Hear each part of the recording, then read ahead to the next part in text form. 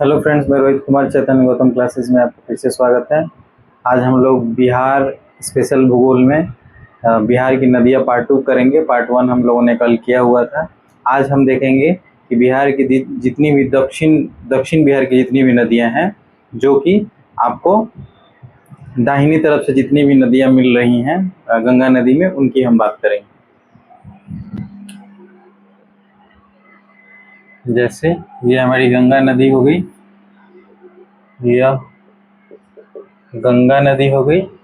इसमें सबसे पहले एक नदी आती है जिसका नाम है कर्मनाशा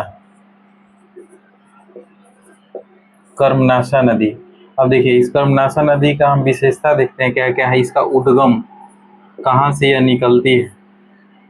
यह निकलती है कैमूर जिला में। जो कैमूर की पहाड़ी है, वो कैमूर की पहाड़ी किस पर्वत श्रृंखला की जो भाग है, वह जो है विंध्यन पर्वत श्रेणी का चट्टाने हैं। उन्हीं चट्टानों से यह निकलती है। अब देखिए, यह कर्मनाशा नदी जो है उद्गम यहाँ पे आपको दिखा दिए हम कि कैमूर के विंध्यन पर्वत श्रेणी के चट्टानों से निकलती है। और यह जब अपना संगम बनाती है, यानी कि ये गंगा नदी से कहाँ पे मिलती है, ये जो स्थान है, ये रेड कलर वाला, वो बक्सर में ही चौसा नाम का एक जगह है। चौसा, जहाँ से गंगा नदी जस्ट इंटर कर रही होती है, वहीं पे बक्सर जिला में चौसा नामक स्थान पर जाकर के ये अपना संगम बनाती है, गंगा नदी से आकर के मिलती है। ठीक है। और इसकी लंबाई की अगर बात करें बिहार में, तो वो जो लंबाई होगी टोटल वो जो है 202 किलोमीटर इसकी लंबाई है कर्मनाशा नदी की। और पौराणिक कथाओं के हिसाब से इसको हम लोग अपवित्र नदी मानते हैं, अपवित्र नदी मानते हैं। और यह जो नदी है वह पहाड़ी यानी कि झरने वाली नदी है। कैमूर के विंध्यन पर्वत श्रेणी चट्टानों से यह निकल के आती है और बिहार के बक्सर में चौसा नामक स्थान पर आकर के गंगा नदी से मिल जाती है और फिर वहाँ से गंगा नदी के साथ अपना बहाव शुरू करती है। तो कर्मनाशा का यह हमने देख लिया। कर्मनाशा के बाद दूसरा देखते हैं। दूसरा जो आता है वो है सोन नदी। दूसरा जो आएगा वह, यहाँ से हम रेड कलर की एक लाइन लेते हैं यहाँ पे। ये जो है कौन सी है, यह सोन नदी है। अब देखिए, सोन नदी का जो उद्गम है उसकी बात करते हैं। ये निकलता कहाँ से है, पहले तो इसकी उद्गम की बात करते हैं। यह निकलता कहाँ से, सोन नदी। ठीक है। यह निकलता है मध्य प्रदेश में अमरकंटक की पहाड़ी से। अमरकंटक पहाड़ी में एक पर्वत श्रेणी है, पर्वत श्रृंखला है, मैकाल पर्वत श्रेणी। यानी कि ये कहाँ पे है, एमपी में है, मध्य प्रदेश में है। ठीक है। अमरकंटक का पहाड़ी है जिसमें एक मैकाल पर्वत श्रेणी है, उसी पर्वत श्रेणी से यह नदी निकलती है। ठीक है। यह नदी जब निकलती है तो बिहार में प्रवेश कहाँ करती है, बिहार में प्रवेश करती है कौन से जिला में, रोहतास जिला में यह जो है बिहार में प्रवेश करती है। ठीक है।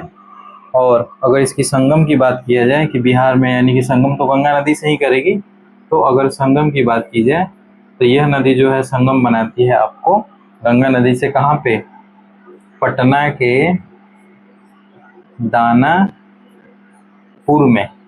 दानापुर में बनाती है। और इसकी बिहार में कुल लंबाई कितनी है इस नदी की, 200 किलोमीटर। ठीक है। और देखिए, इसमें और विशेषता दो लिख लेते हैं। इसी सोन नदी पर रोहतास में एक डैम है, डिहरी डैम। डिहरी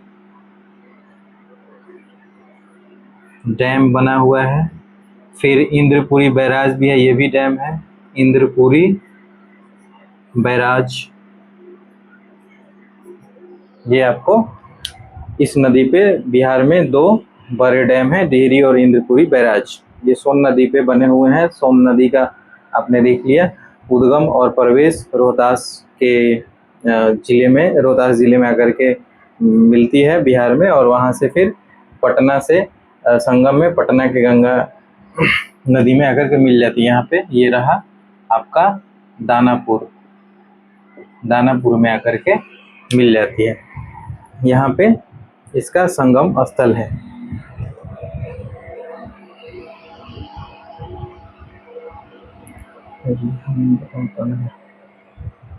ठीक है, तो यहाँ पे हमने देख लिया। हाँ, इसका सहायक नदी भी है। सहायक नदी को हम लोग देख लेते हैं। सहायक नदी इसकी है रिहंद, रिहंद और कनहर इसकी सहायक नदी। ठीक है, इसका आप स्क्रीनशॉट ले लेंगे। ठीक है, इसको हम लोग मिटाते हैं और फिर इसको हम लोग देखते हैं आगे।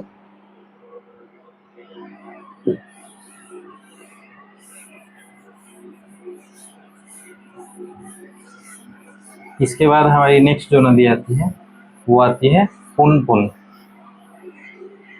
पुनपुन नदी इसके बाद आएगी।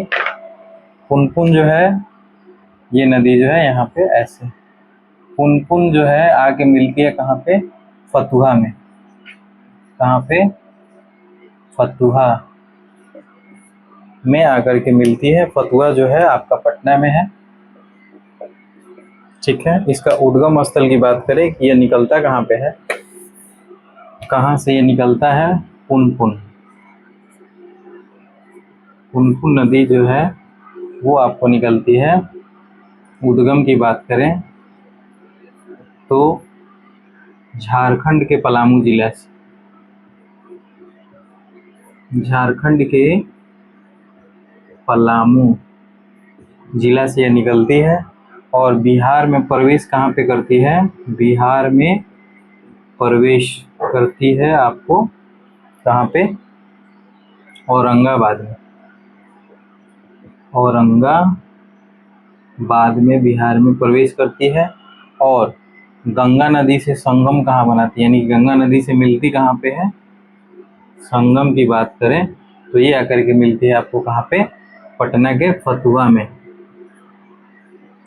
फतुहा के, यानी कि पटना के फतुहा में आकर के मिलती है यह पुनपुन नदी। और इसका उद्गम देख लिया आप लोग, झारखंड पलामू में, और बिहार में प्रवेश करती है औरंगाबाद जिले में। यहाँ से औरंगाबाद में पहले इंटर करेगी, फिर जा करके आगे फतुहा में पटना के पास गंगा नदी में मिल जाएगी। ठीक है, तो ये पुनपुन का हो गया। पुनपुन के बाद फिर हम लोग देखते हैं फल्गु। फल्गु को हम यहाँ पे ड्रॉ कर सकते हैं, फल्गु नदी को यहाँ पे ऐसे। अब देखिए, फल्गु नदी चलती तो बिल्कुल लंबी है, लेकिन ये जाकर के मिल जाती है कहाँ पे? फतुहा के पहले आके मिल जाती है पुनपुन में, लेकिन चलती लंबी है, इसलिए इसको जानना जरूरी है। और इसके कई धार्मिक मान्यता भी है फल्गु का। ये आपका ये हो गया पुनपुन, और यहाँ पे हम डालते हैं फल्गु को। ठीक है, यहाँ पे फल्गु नदी को हम लोग देखते हैं।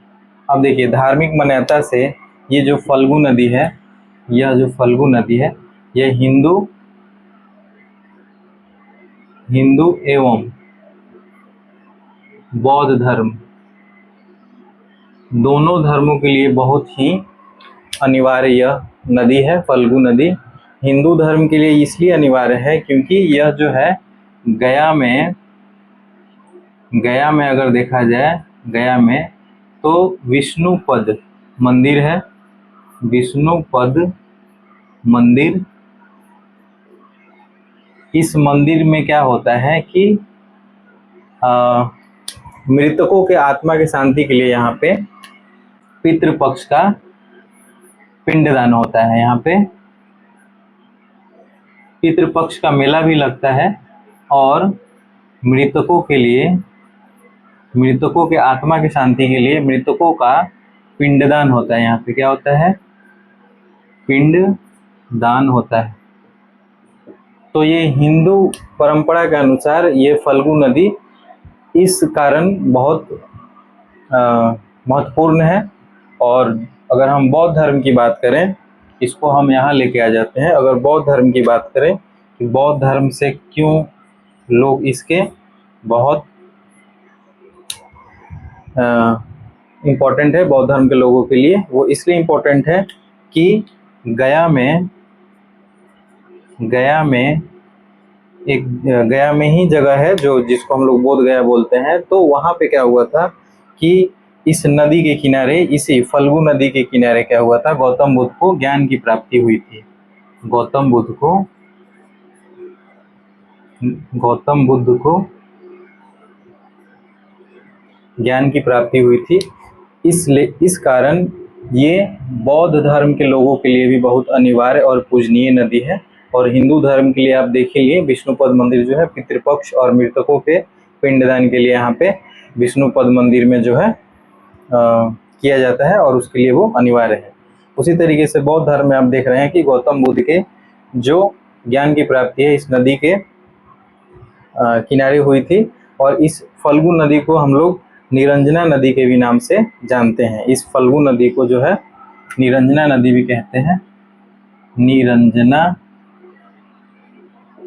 नदी के नाम से भी जानते हैं। फल्गु नदी को निरंजना नदी के नाम से भी जानते हैं।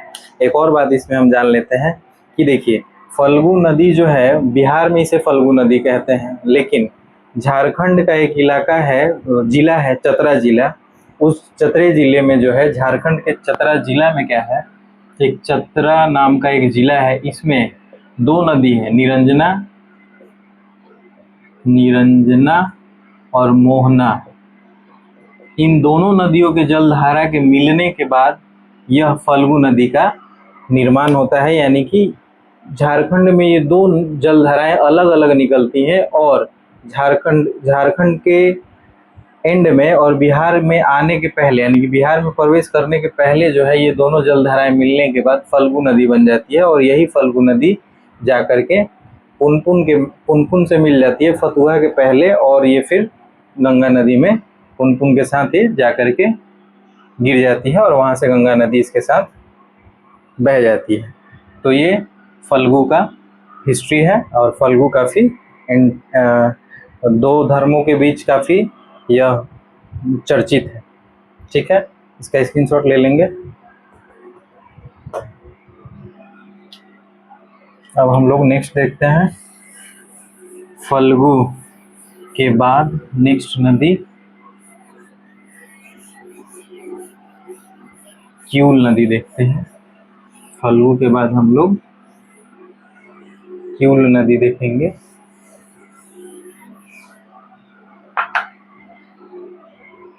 फल्गु के बाद हमारा लास्ट है यहाँ पे क्यूल नदी।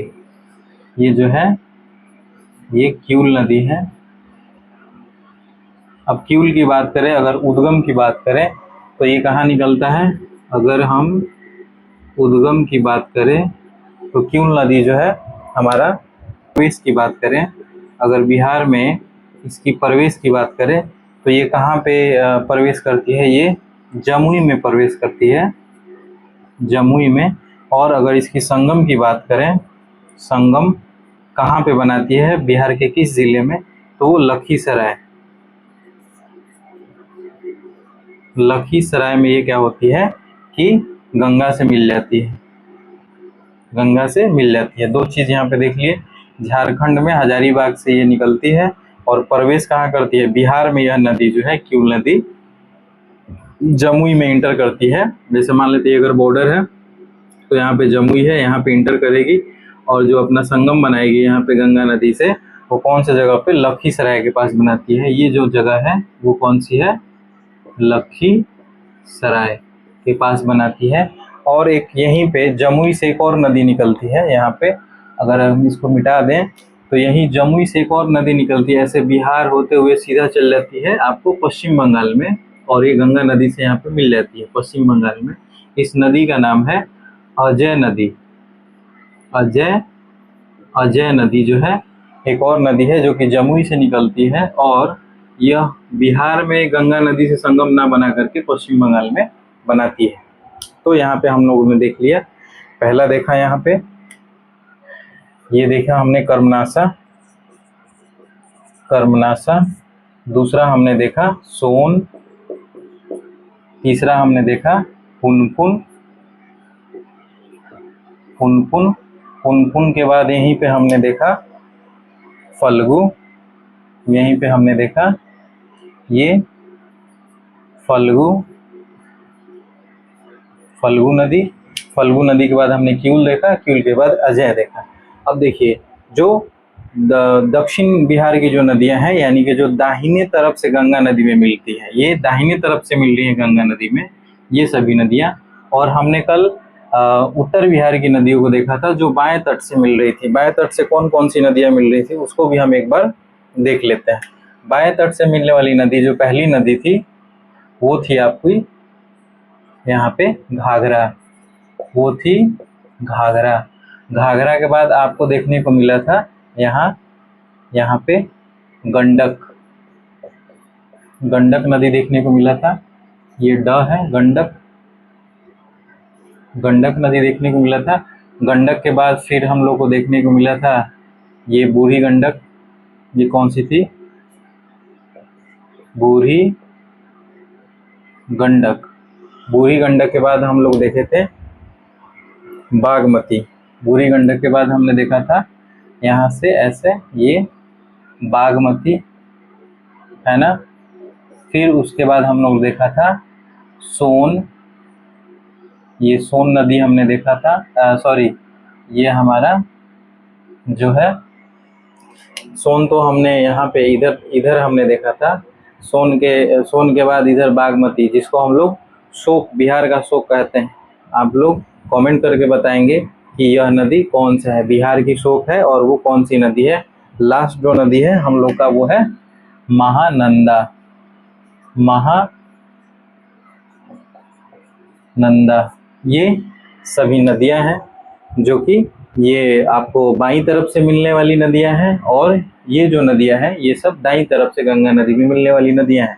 आप देख सकते हैं कि हमारे बिहार में जो है कितनी सारी नदियां जो है गंगा नदी में मर्ज कर रही है, गिर रही है। इसलिए गंगा नदी के इतने जलधाराओं के मिलने के कारण क्या होता है कि हमारे यहाँ बाढ़ की समस्या मानसूनी समय में बहुत ज़्यादा रहता है, क्योंकि इसमें जो बहुत सारी नदियां जो हैं जो 12मासी नदियां हैं, जैसे घाघरा है, गंडक है ना, घाघरा गंडक आपका, महानंदा है, सोन है, इधर पुनपुन है ना। ये सब जो नदियां हैं 12मासी नदियां हैं जो हमेशा इनकी जलधाराएं बहती हैं, फ्लो करती हैं। बाद बाकी जो नदियां हैं वो कभी सूख जाती हैं, जैसे फल्गु की जो पानी है वो गर्मियों में सूख जाती है, और इसके धार्मिक मान्यता के हिसाब से इसे श्राप भी मिला है कि यह रेत के नीचे बहेगी, रेत के ऊपर नहीं बहेगी। ठीक है, तो ऐसा कहा गया है। फिर तो आप यहाँ पे देख रहे हैं कि जितनी सारी नदियां हैं सभी नदियों में जो है इतनी सारी जलधाराओं, यानी इतनी नदियों की जलधाराओं का यहाँ पे गिरने के कारण क्या होता है कि बिहार में बाढ़ की समस्या बहुत ज़्यादा हो जाती है, और उसे हम कंट्रोल नहीं कर पाते हैं। हमें उसका मैनेजमेंट के बावजूद भी बहुत सारे इलाके जो हैं पानी में बह जाती हैं। जो दियरा क्षेत्र के इलाके हैं वो सभी जो है इसमें बाढ़ के चपेट में आ जाती है, और वहाँ के बहुत ही जगह और जान माल की नुकसान पहुँचती है। तो वो चीज़ हम लोग यहाँ पे देखते हैं। और अगर मेंस में भी इन सब चीज़ों के लिखने का जिक्र आए तो आप इस तरीके से इस चीज़ों को डाल सकते हैं कि बिहार जो है बाढ़ प्रभावित प्रदेश क्यों है, वो आप देख रहे हैं। एक एक चीज़ों को जिक्र करेंगे तो इससे काम हो जाएगा। ठीक है, आज का हमारा क्लास यहीं पे ख़त्म होता है, और फिर नेक्स्ट क्लास हम लोग लेके आएंगे इसी तरह बेहतर कंसेप्ट के साथ। अगर मेरा क्लास अच्छा लगे तो इसको लाइक, शेयर और कमेंट कीजिएगा।